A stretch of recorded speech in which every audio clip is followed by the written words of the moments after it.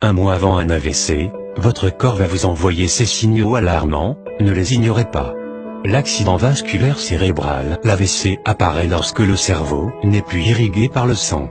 Cet arrêt brutal de l'irrigation prive les zones cérébrales d'oxygène. L'AVC est la deuxième cause de mortalité dans le monde, où il touche près de 15 millions de personnes, aussi bien dans les pays développés que dans les pays en voie de développement. Qu'est-ce qu'un AVC? La majeure partie du temps, l'AVC intervient à la suite du manque d'irrigation du cerveau causé par une artère obstruée suite à la formation d'un caillot. Il s'agit de l'AVC ischémique.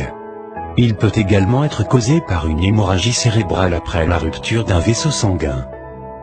Dans 80% des cas, l'AVC apparaît à la suite de la thrombose d'une artère cérébrale, et dans 20% des cas, à cause d'une hémorragie.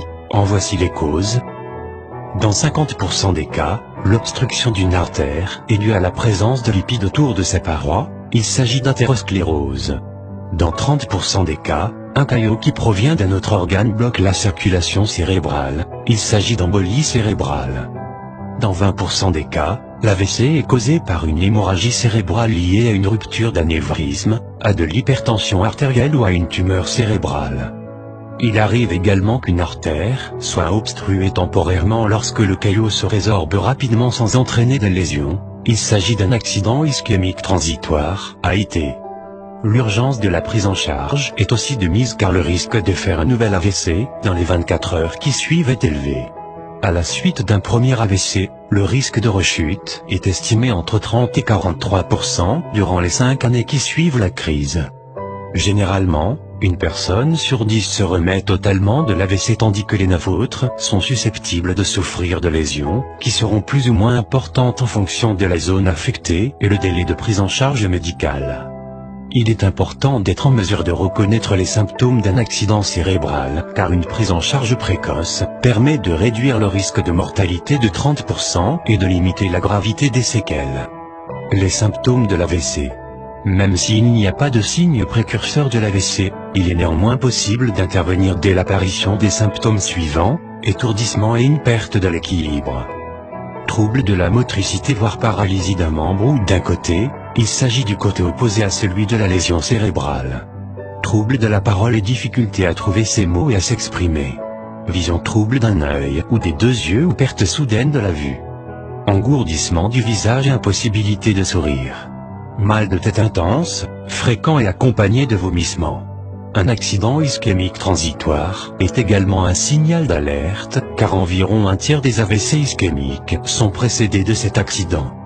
Si vous observez un ou plusieurs de ces symptômes, contactez rapidement les services d'urgence pour bénéficier d'une aide médicale. Si l'intervention s'est fait vite, les séquelles seront moins importantes.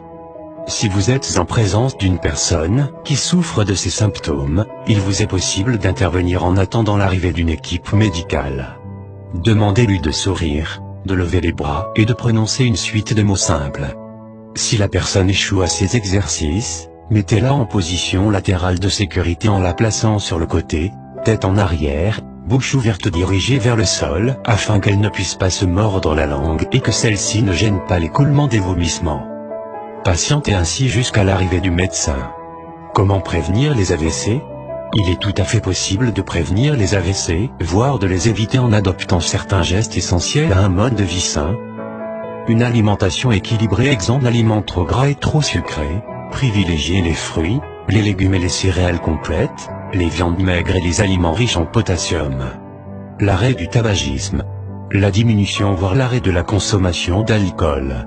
La pratique régulière d'une activité physique. Le contrôle de la tension artérielle et un suivi médical fréquent. Une meilleure gestion du stress. Le maintien de votre poids santé. Pour ne rater aucune de nos vidéos, cliquez sur le bouton abonner sur la page Santé Plus Magazine, puis cliquez sur voir en premier. Ne manquez plus aucune de nos vidéos.